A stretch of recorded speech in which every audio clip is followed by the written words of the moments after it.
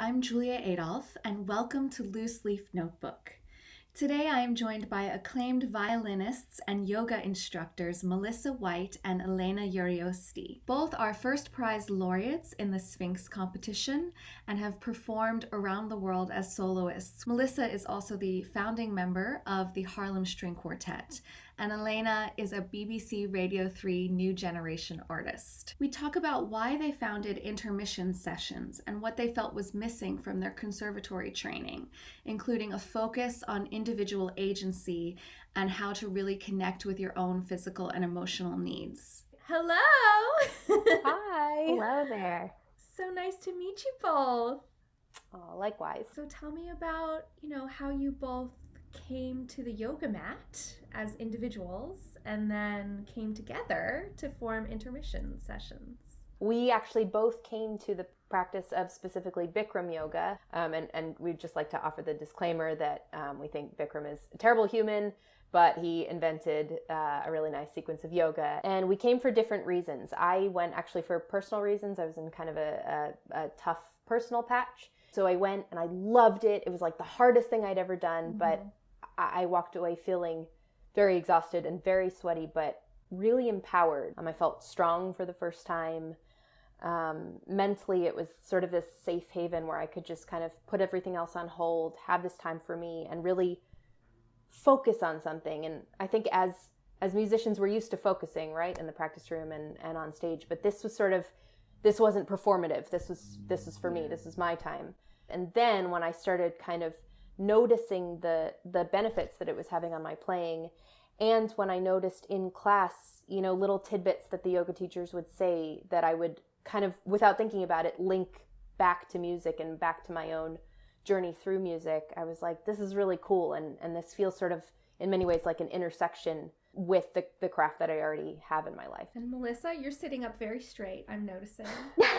Your posture is Actually, beautiful. I was just reminding myself, like Elena said, it was a similar start for me. I was recommended to try yoga by my violin teacher in grad school. Elena and I became roommates in 2014. When we started rooming together, we would share conversations over our dining room table. And one of them, talking about yoga, was how nice it would have been to have had this practice of some sort when we were younger, especially in our teenage years, at string camps, practicing for so many hours, performing, getting nervous, having growing spurts, so feeling a little odd in our body at times. And if we had just had this sort of, not an escape, but a parallel practice where we could take ownership of our bodies, our emotions, our mind, and start to see how they can productively work together as one unit, perhaps what a nicer journey it would have been through our teenage years. And then when you get into college and you really start beating yourself up and going to lessons, of course, you're supposed to be critiqued, but starting to be able to manage that in a way that was more helpful than cutting down on ourselves in the way we talk to ourselves. So we would discuss these things and we thought, why don't we start a camp then? We could change this. And when we would talk about this in front of our peers, they would say, oh, I would try this. And we thought, really? So effectively, we created a grown-up band camp and called it a retreat. Yeah, because I think we also really, we both fantasized about going on a yoga retreat, just as adults. And we were like, but they would get really mad at us because we would have to practice and it would be noisy and I think we'd get kicked out. Precisely. In 2017, we hosted our first retreat in Manchester, Vermont. And we have a beautiful family who owns lots of property, but one of their houses is a mansion. So we all stayed in this house together and we had a yoga room. We would do yoga twice a day. And then between the yoga classes, people were free to practice, explore, take a hike, take a nap finally. And then in the evening, we would have dinner together. It was catered from farm to table. The food was delicious. And then we'd have share time in the living room, which kind of just turned into a happy hour, and we would discuss things, sometimes play chamber music, make up games. And so this community grew, and now it's become an intermission family. And now during the pandemic, we've even grown it virtually. So what do you think are the biggest or the most important takeaways from yoga to your musicianship? I remember one of the first things for me in yoga classes was this idea of observing yourself non-judgmentally. I think as musicians, we're brought up to just critique, without even so that it becomes like second nature. You know, like how many times have we been in the practice room and we'll be doing something and we'll be like, ugh, or like automatically get frustrated or, you know, immediately shut ourselves down. And in yoga, it was all about, if you fall out, it's okay, try again. Like observing what has happened, not like denying or suppressing it. Experience your practice as it is today becomes a very judgment-free zone. And it's not lazy and we're not like letting ourselves slide. It's just starting to notice things without attaching judgments or stories or even feelings to them. That's been one of my favorite takeaways as well. Also, when going through a challenge, thinking about what can be relaxed or released. And that's been something, I'll never forget the class where a teacher said, as you're kicking and engaging, think about what is relaxing so that you can create space for what you mean to engage. And so often I myself find, even off the mat, going through a challenge, all I think about is the challenge. What can I do to get through it? What can I do to make it better? What can I do to work harder? You know, all of my energy might go in that direction. But really, if I think about where is there space to breathe, maybe let your shoulders rest down your back, just giving that space can even allow the brain to think of it differently. And then, you know, you're a bit more clear-headed to take it on. I love that. Another kind of overarching thing is just how you speak to yourself, like the language that you choose, the tone of voice that you choose, even if it's inaudible or, you know, totally inside, it matters. If you're constantly using words like can't or bad or out of tune or just things that have a negative connotation, you start to believe yourself. So just starting to find much kinder, and again, not kind of letting yourself off easy, because of course as musicians and as people, I would say we have, you know, quite high expectations for ourselves. That's how we get to where we are, but doing it in a way that lifts you up rather than, you know, is constantly breaking you down. Because if you're always speaking to yourself in a negative way, or if you allow others, you know, even your teachers to speak to you over and over in a negative way, you really start to believe it. And I think also a big thing in yoga, I feel, is taking ownership of yourself, of your space, of your practice, trusting your body, believing that you know your body better than anyone else, no matter what a teacher is telling you to do. Knowing your limits, I think these are skills that we really practice in yoga, and I would hope can transfer to our instrumental lives, because I think so many students, we've got that guru mentality, right? That the teacher is always right, that we have to do what they say, but actually it's not always right. Sometimes it's deeply destructive, you know, and this ranges from severe abuse to, you know what, that's just not right for my body. Like, you don't have my neck, so you don't know what it feels like for my neck. Have you each experienced kind of destructive either mentors or classes? I mean, it feels like it's something that's actually a lot more common than people think. I had a tough time with a couple teachers. The sort of psychological ramifications of which I still kind of process to this day. And actually, when you ask the question, a few yoga teachers, like a few very unpleasant yoga teachers also sprang to mind, where their egos, I guess, were very much guiding their instruction rather than helping the students be their best selves. Every now and then I get the voice of this teacher in my mind, and I get so angry and wish that, you know, I'd stood up for myself or walked out or something, because like the way he would treat students, I just thought, or looking back now, and now that we are certified yoga teachers, I just think is totally unacceptable. I would say that my takeaway from all of this is now teaching or guiding is about meeting the person where they are in that moment and kind of figuring out the best way to help lift that student up? For me personally, it was a really difficult adjustment when I first arrived to college. And looking back, I didn't quite have an outlet, and music became my entire sphere. And starting to rate myself in a very small community. We both went to Curtis, so it's not a large student body. So starting to figure out where I fell, I was creating this in my own head, starting to see, what seemed to be prioritized or rewarded, let's say, from a musical perspective, and how others were playing and the opportunities they were being given, versus myself, created this headspace that became very negative. And it took me a good couple years to start to feel like, no, but I still have something to offer with my musical voice. Adjusting to new teachers takes time as well. And so starting to learn the best way to get what I needed, I would say, from my teachers, or know what to bring to a lesson to then get what I needed to be able to work for the week. I wouldn't say they were wasted years, but they were definitely a huge learning experience. And I think it took time to undo the negative headspace that I'd gotten myself into.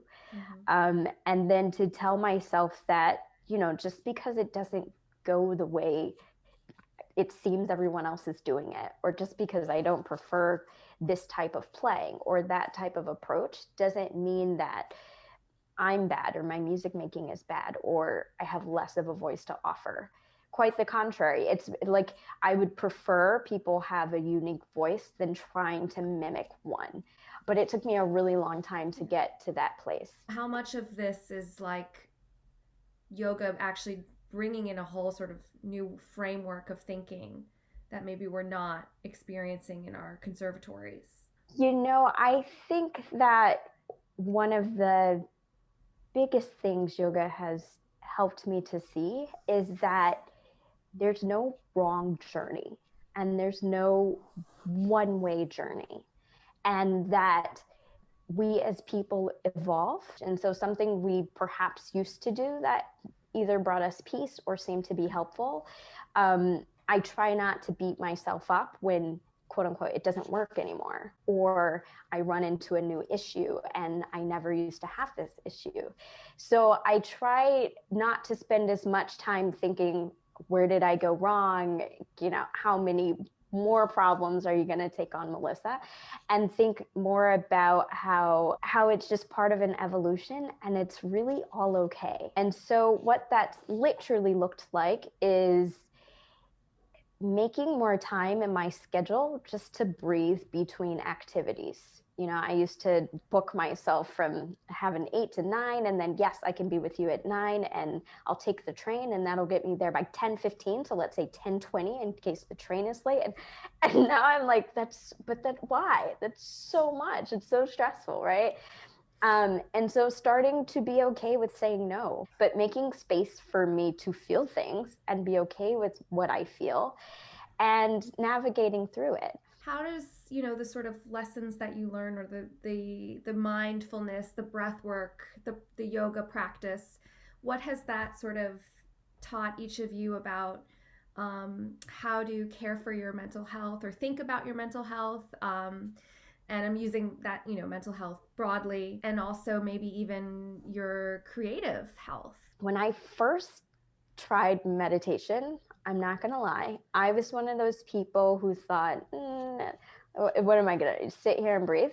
Okay. And then think about my thoughts. That's what we're doing. Okay. I'm a team player, so I did it. The first time I tried it actually was at our own retreat. And so we get into this mental space that since we run the retreat, we should do the thing, right? Lead by example. Of course, the first day, the hardest thing was being able to sit that long.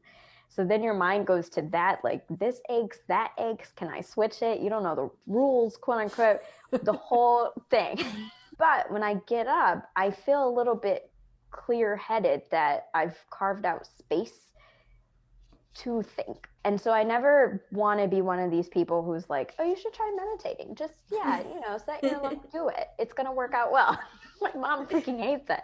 So I know that it is an individual thing, but I do think it's important that we take time for ourselves to just listen. What you're going to hear, I can't tell you, but it's going to be for you, and no one else can give that to you, but you deserve it. And it's somehow helpful. And then I think also starting to be okay with having someone to talk to. Speaking to a therapist, speaking to a confidant, speaking to a mentor, whoever it is, starting not to feel like I have to figure everything out for myself. And if I mention that I haven't figured something out, or I might have a problem, either as weakness or vulnerable, or maybe will I lose a job? Will I lose an opportunity? Starting to be okay with, and if that happens, and what, and so what does that mean? Maybe that'll even still be helpful. Yeah. So I guess really just making space. Everything's okay. We have this saying between the two of us. We remind each other, it's okay. Pumpkin, I'm so proud of you. Like, historically, Melissa White has not been the hugest fan of talking about the feelings, or like talking about, like, she has preferred to handle things on her own quietly. So I'm very proud. There have been some silver linings, may I say, through this COVID pandemic, and this is one of them. Thank you, Pumpkin.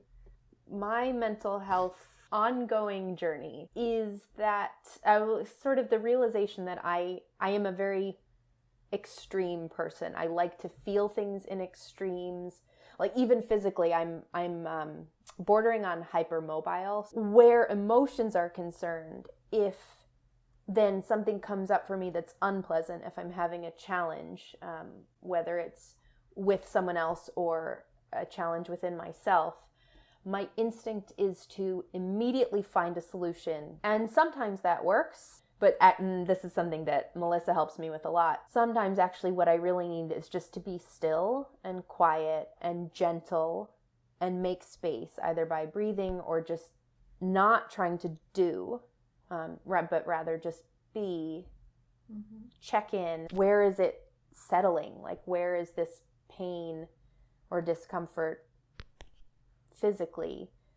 And just kind of sit with the feeling, and not even really need to, like, without needing to fix it or even necessarily get to the why of it, just sit with it. Because often just by acknowledging and being present with what is, it can soften and kind of dissipate on its own. I think my first experience really with meditating was actually recommended by my therapist. And she kind of did it with me in my session. I noticed that when I started breathing really deeply, that I was aware of like a tightness in my chest. She sort of talked me through loosening the knot in my chest, and that actually like allowed me to cry and realize kind of what I was upset about. And so it's kind of fascinating how, I think of myself as a very analytical like person. I know how I feel, but it's so fascinating to learn that sometimes your body knows even more about how you're feeling than your mind does. And that's kind of a crazy concept, I think, if you grow up in a like intellectual, analytical framework. Definitely. Yeah, it just shows you how interconnected everything is, and that there really isn't this separation. We talk about, we always say like mind, body, spirit, but actually like it's just one big soupy goo. Much like we're doing here, Elena and I feel strongly that it's important to share, and it is important to start to have a safe space where you can talk about these things. When you go to an AA group, let's say, or having a group where you can go and share in a way where you feel supported and understood and know that you will be heard, is a way of healing. And so part of intermission, what we try and create is a safe space to talk about these things. Because as performers, we give, but being able to open up and hear others going through similar challenges or feelings or emotions can be very helpful. Injuries, like, yeah, even something as that shouldn't be taboo, but still often feels that way. Letting people know that whatever their problem is, no matter how extreme or how trivial seemingly, like they really aren't alone. And being a musician is very difficult, and we deserve, and I think we owe it to ourselves and each other to be there for each other without judgment. Is that where share time comes in? Yeah. Does injury come up a lot as a topic in share time, and the stigma around injury? Injury has definitely come up, and in fact, some of our retreat participants have actively been working through injuries, and the yoga instructors that we bring in they're basically physical therapists in their own right. So they've been able to offer a lot of solutions and modifications and different ideas. So injury definitely comes up. Performance anxiety, nerves, just like general feelings of inadequacy, and sort of going through the process of being nervous with each other, I would say, has been an element of share time.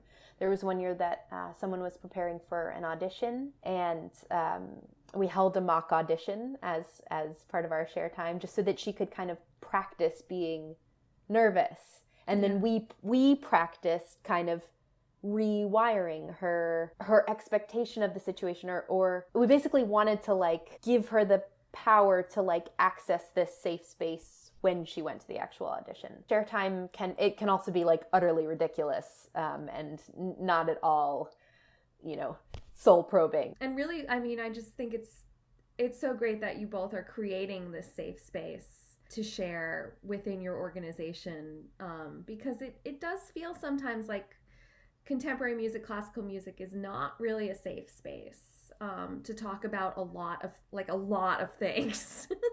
We're allowed to shift that, and like all of us, not just me and Melissa, like everyone is allowed to shift that. So it is definitely one of those things where you can, I think, lead by example. Like if you show up with safety for others, they will, I think, feel comfortable and empowered to do the same. And it's hard not to judge like others and ourselves. It's just human nature to be judgy, and especially when we've been through like the competition circuit where you literally show up to get judged. Like that is what a competition is. Mm-hmm. And then like people rank you. It's just like ridiculous, and yet we're supposed to be bearing our most private emotions through our music. It's a very weird dichotomy. But as much as we can kind of reframe and rewire and be accepting, like not everyone's musical offerings will be to everyone's taste, but I think as much as we can show up and like be appreciative in whatever ways we can, and kind, like at the bare minimum we can be nice. Absolutely. And another thing we like to remind ourselves and our community is that we're like athletes. Our bodies work as a unit to do the thing we love. And so taking care of our bodies, the physical, the mental, the emotional, all aspects goes into what we do. In sports, you see on the news, he had a hamstring injury, but we expect to see him next week and we can't wait to see him out on the field.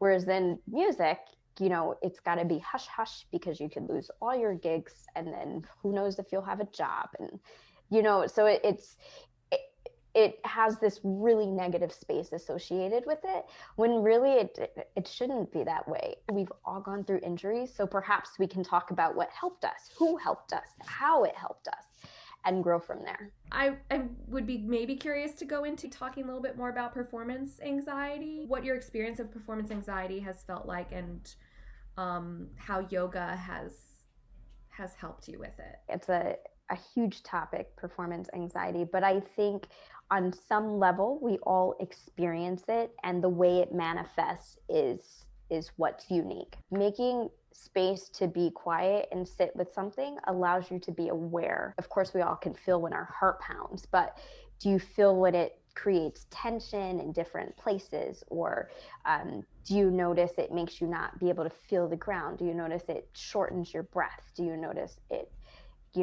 takes away from perhaps the positive mental talk you give yourself, or the fun that you bring to your music? So starting first to just become aware, and then starting to have a toolkit, because once again, there's no one answer or one right way, right? And so lots of elements come into play when we go to perform. Lack of sleep, did you eat well? Did you, how was your travel?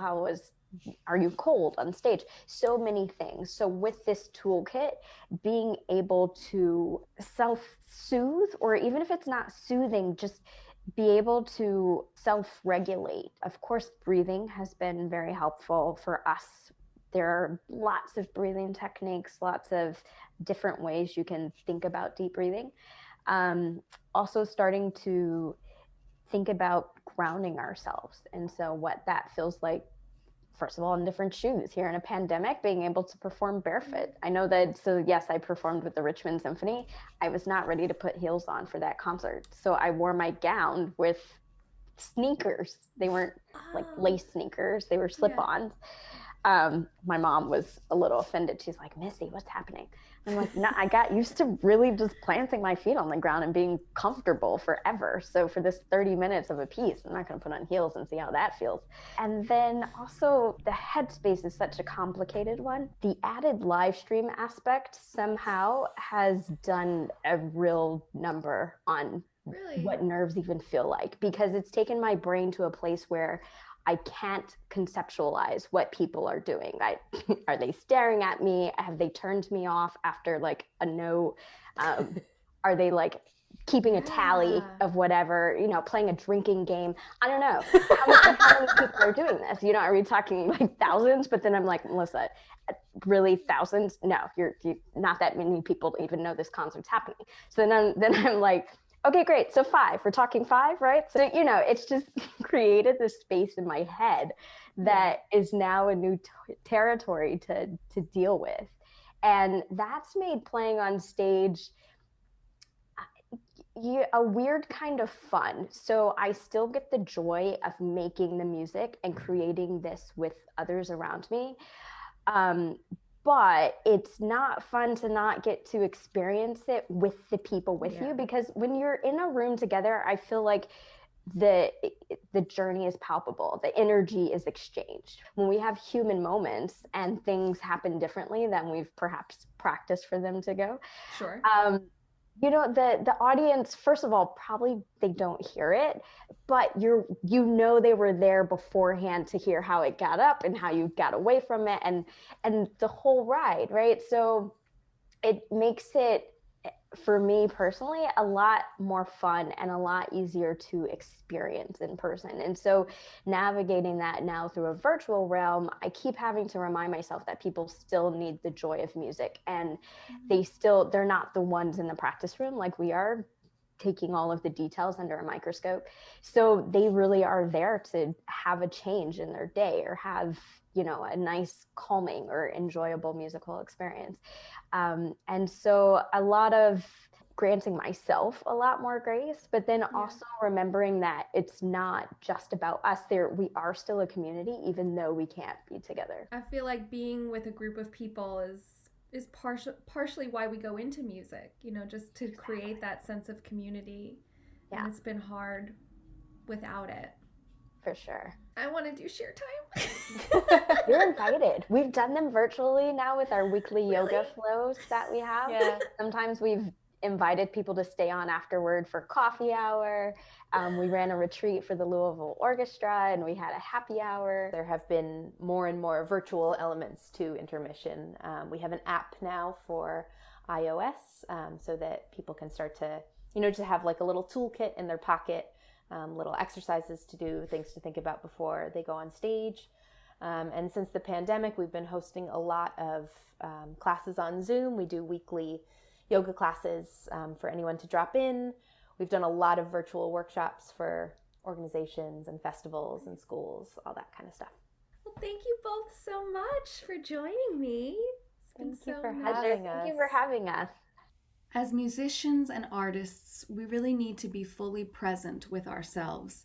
And this means understanding our own physical and emotional needs and to really understand when we are struggling. I think what Elena and Melissa have created with Intermission Sessions is really an incredible model for how conservatories and universities could really expand their teaching methodologies to encourage students to really take ownership of their own bodies, of how they express themselves, and not feel like we have to conform and that there is one right or wrong way to perform or write classical contemporary music. Lastly, taking time and space to just be instead of go, go, go doing all the time is so important, and it really does give you new clarity. So thank you, Melissa and Elena, for joining me today, and thanks for listening.